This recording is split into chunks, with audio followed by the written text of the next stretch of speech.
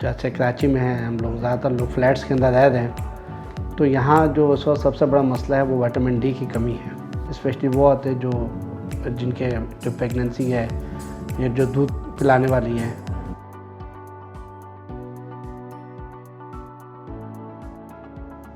बिस्मिल्लाहिर्रहमानिर्रहीम। मेरा नाम डॉक्टर आसिफ ताज है और मैं ऑर्थोपेडिक कंसल्टेंट हूँ यहाँ लियाकत इंटरनेशनल हॉस्पिटल में। हम यहाँ पे बच्चे और अडल्ट सब देखते हैं, लेकिन मेरी मेन स्पेशलिटी जो है वो बच्चों की है। तो इस वक्त जो हमारी कौम के अंदर जो मसला है, ख़ास तौर पे स्पेशली हम लोग जो शहरों में रह रहे हैं और जैसे कराची में हैं हम लोग, ज़्यादातर लोग फ्लैट्स के अंदर रह रहे हैं, तो यहाँ जो इस वक्त सबसे बड़ा मसला है वो विटामिन डी की कमी है। प्रॉब्लम यह है कि हमारे लोगों का जो है ना सन एक्सपोजर बिल्कुल नहीं है।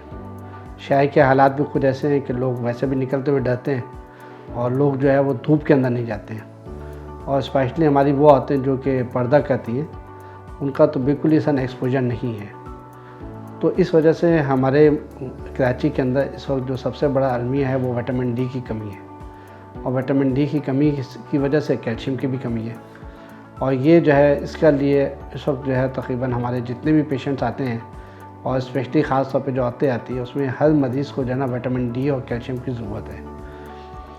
तो हम उनको पहले तो इनकरेज करते हैं कि आप जो है वो अपना सन एक्सपोजर करें, अपने आप को धूप के अंदर बिठाएं। सुबह की धूप और शाम की धूप जो होती है वो बहुत फ़ायदेमंद होती है। असल में जो धूप होती है ये विटामिन डी को एक्टिवेट करती है। बाकी हमारे पास जो ग़िज़ाएँ हैं उनके अंदर भी थोड़ा सा, बाकी बाहर के मुल्कों में तो विटामिन डी फोर्टिफाइड ऑयल मिलते हैं, हमारे यहाँ भी लिखा तो ऐसा होता है, लेकिन लोगों को बैदर न्यूट्रिशनल कमी भी है। गुर्बत की वजह से वो गोश्त वगैरह और अंडों का इस्तेमाल इतना नहीं करते, इस वजह से भी उनके अंदर विटामिन डी की कमी आती है।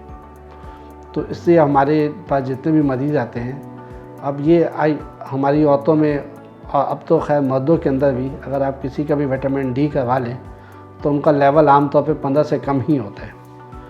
और ख़ास तौर हमारे वो तबका जो कि गाड़ियों में जाते हैं और घरों के अंदर भी उनका सन एक्सपोजर नहीं है, उन सब के अंदर भी विटामिन डी का लेवल जो है वो एक दफ़ा जो है वो कम होता है। एक दफ़ा हमने यहाँ पे हमारे जो डॉक्टर्स हैं उनके अंदर विटामिन डी का लेवल किया था, तो सबका जो है वो 15 से नीचे ही था। आम तौर पे जो विटामिन डी का लेवल होता है वो 20 होता है, 20 से ज़्यादा होना चाहिए। लेकिन यहाँ हमारे ज़्यादातर लोगों का जो है ना, तो इसलिए अभी हम जो है वो हमारी प्रिस्क्रिप्शन जो है ना वो विटामिन डी के बगैर जो है वो अधूरी होती है। अब वो औरतें जो स्पेशली पर्दा करती हैं और फिर जिनके बच्चे भी ज़्यादा होते हैं, बच्चा दूध पी रहा होता है, वो भी कैल्शियम इस्तेमाल कर रहा होता है, उनमें तो विटामिन डी की बादकात इतनी कमी होती है कि वो बेचारी चलने से भी बड़ी माजूर होती है। और जब हम उनके एक्सरे करते हैं तो हमें उनके अंदर फ्रैक्चर आता है। तो ऐसे पेशेंट्स को तो high dose of vitamin D की जो है वो ज़रूरत होती है।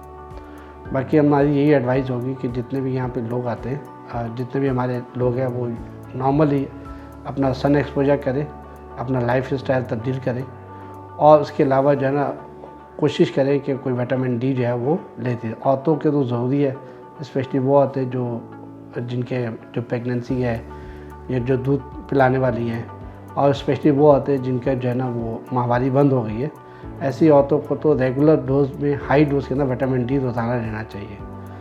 बाकी मेरा तजर्बा यही है, और जो है कि इवन जो जवान लोग भी हैं उनको भी जो है ना लो डोज के अंदर जो है ना विटामिन डी जो है वो लेना चाहिए। स्पेशली कुछ सॉल्ट्स आते हैं जिसमें विटामिन डी और जिंक और सब चीज़ें होती हैं, कैल्शियम होता है, तो ये एक बहुत यूज़फुल है। लेकिन उनके लिए ज़्यादा यूज़फुल है जिनको लो डोज विटामिन डी की ज़रूरत है। और जिनको हाई डोज में ज़रूरत है तो उनको तो स्पेशली विटामिन डी, ये भी कैप्सूल भी आते हैं, इंजेक्शन भी आते हैं, वो इस्तेमाल करने चाहिए। और साथ जो है ना वो कैल्शियम का भी इस्तेमाल करना चाहिए। शुक्रिया।